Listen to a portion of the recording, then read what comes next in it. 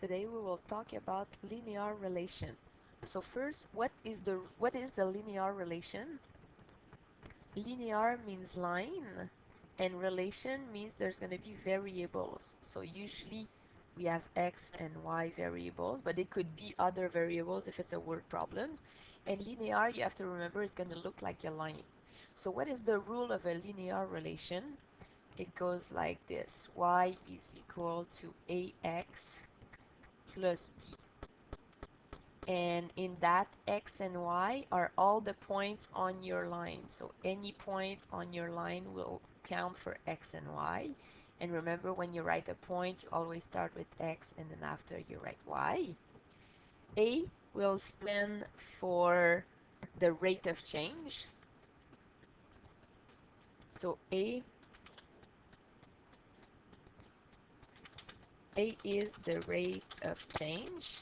And how do you see it on the graph? It means how steep your line will be. So sometimes your line will be going up, sometimes it will be just straight, and sometimes it will go down. So if your line is going up, your A will be positive. If your line is exactly straight, then that means your A will be 0. And if your A is going down, your A will be negative. And then after you have your B, what does B stand for? B will be your initial value. So B is the initial value. That means at 0, so when x is 0, what is the initial value? What is the y value? How do you see it on the graph? If this is your y-axis and you have your x-axis, your line will cross somewhere, and this here is your initial value. Or sometimes we call it also the y-intercept. It's the same thing. The y-intercept. So let's look at the rate of change, or sometimes we call it the slope. What is it? What is the rate of change? So if you remember, when we have our rule, y is equal to ax plus b, your rate of change is the number that is next to x. So for example, if you have y is equal to 3x minus 1, then the rate of change is 3. Now what does it mean? Your rate of change is the variation of the y over the variation of the x. And that sometimes when you do the calculation, you're going to be doing y2 minus y1 over x2 minus x1. So for example, if you have a point here and I want a rate of change of 3, 3 is the same as 3 over 1, right? So that is my variation of the y going up or down. And this is the variation of the x going left or right. So if I start from this point, it means I have to go 3 up, 1, 2, 3, and 1 forward. And that gives me another point. And then 1, 2, 3, and 1 forward. And then I can trace my line here. So my rate of change is 3, the variation of the y over the variation of the x. What happens if there's a 0 steepness? So if my line is flat like this, then my rule will be y is equal to 0x plus b. Do I need to write the 0x then? I can just write y is equal to b. That's going to be just a number. And what if my line is so steep that it's like infinite steepness like this? Then imagine that this line is in the x and y coordinate plane. Then all of the points here will have the same x value. So it's going to be, let's say, x is equal to 2. That's going to be the rule of my line. So let's practice a little bit. If you have to find the slope here of the line, this number 1, the line is going down. So I know that my A will be negative. Okay. So now let's try to figure out, if I start from this point, I need to find my variation of the y. So let's go in the y. 1, 2, 3, 4, 5, 6, 7. So my variation of the y is equal to 7 over the variation of the x. 1, 2, 3, 4, 5, 6, 7, 8, 9.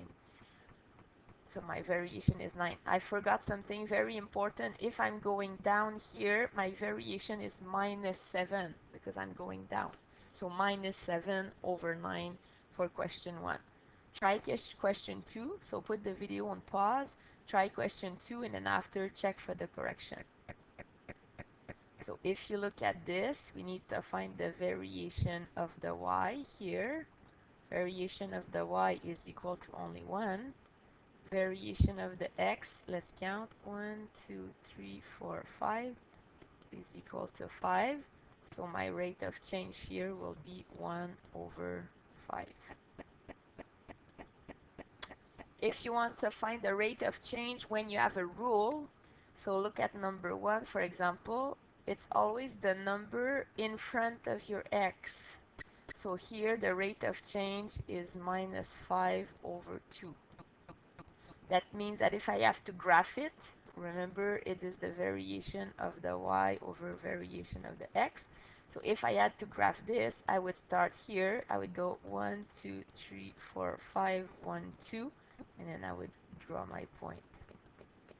You should do it again to have 2 different points. You can also do 5, negative 2. That's the same thing. So I can go back to 1, 2, 1, 2, 3, 4, 5, and I can find another point here, and then after you can draw your line. In question 3 here, what is the number in front of the x here? There's only minus, but remember minus also means minus 1. So if it helps you, you can put it like this. So in this case, the rate of change is negative 1. In number 2, we have a problem because it's not in the form y is equal to ax plus b. So what do we have to do first? We need to isolate the y. So we need to send the x on the other side. So I'm going to have minus 3y is equal to minus 4x plus 9. And how do I get rid of my negative 3 here? I need to divide everywhere by negative 3. So my answer will be 4 over 3. Why is it positive? Because a negative divided by a negative is positive. And then plus 9 divided by negative 3 is negative 3. Now what is the rate of change here? It's the number in front of the x. So for number 2 here, our a is equal to 4 over 3. So you should now pause the video and try to do number 4 before you get the correction. So in number 4, you need to isolate your y. So we need to send everything on the other side. So you're going to have y is equal to minus x minus 5. What is the number in front of x? It's this, minus what? Remember, when there's nothing, it's minus 1. Now, if they're just giving you points, you need to use the rule with x1, y1, and then x2, y2. And to find a, you need to do y2 minus y1 over x2 minus x1. So right now you should pause the video, do the calculation, and then after you can check if you got it right. So this is for number 1. Now you should pause the video and try number 2, and then after you can check if you're correct. So for the second one, you should get minus 4. Be careful, I know some of you have a tendency when you write minus 7, minus 17. If you have minus minus, it will turn into a plus, so it's going to give you minus 7 plus 19. Quick review on x-intercept and y-intercept. X-intercept is also called the 0, and y-intercept is also called initial value.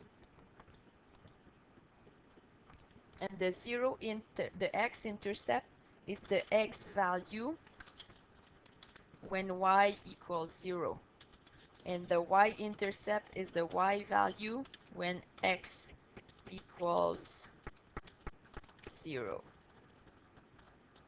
So you should write that down to make sure you're not going to get them confused.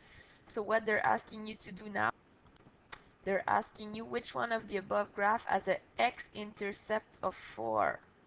So you have to find when the x value is 4. So go check on the graph. When the x value is 4 is here. And the y-intercept is on the y-axis is -5. So which one of the above? Is it R, S, T, or U? So the answer is U. Now you have to be able to find the equation of a line. So if you get a graph like this, can you find the equation of the line? So remember that your rule is always y is equal to ax plus b. And you're going to need to find the value of a and to find the value of b.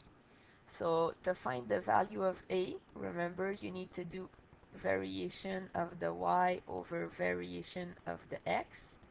So you can do y2 minus y1 over x2 minus x1. Or you can check on the graph, how do you go, let's say, from this point to this point. So now pay attention, it's a little bit tricky. Look at the graduation on your graph, right? This is from 0 to 6, and there's 1, 2, 3, 4 spaces.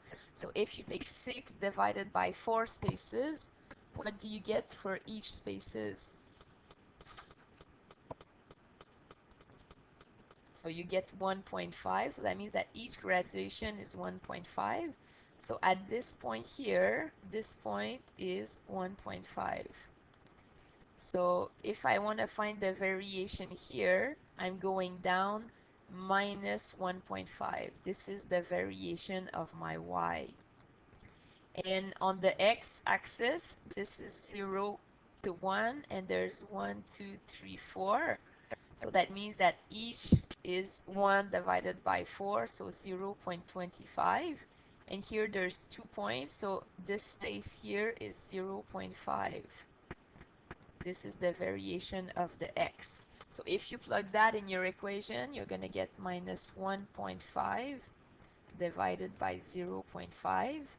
So you take your division, you take your calculator, minus 1.5 divide by 0.5, and you get 3. So now you have this, right? Minus 3x plus b. How do you find your b value? You could take a coordinate and plug it here to figure out your b, or you can look on the graph. Remember on the graph, when it crosses the y-axis, this is your b value here. So let's just go and replace it. So our answer is going to be y is equal to minus 3x plus 1.5. That would be our rule. Can you try to find the equation of this? Damien works at a furniture store and earns a flat commission of $20. So it's like his initial value plus $10 an hour. So here x is the number of hours and y is the earning he's getting. So if you want to write your rule, the earning is getting $20 plus $10 every hour.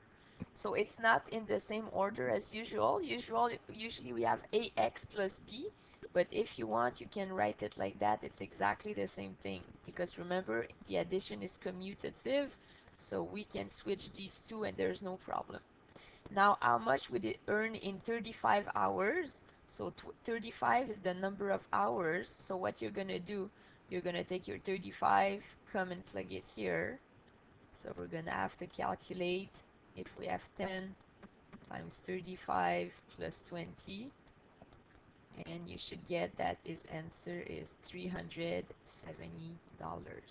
If you did not understand how to find the equation from the text, you can also use the table of value, y1, x1, y1, and you can take x2, y2, and you can do the same as what we did previously. You can take any of those points to be able to calculate to find your rule.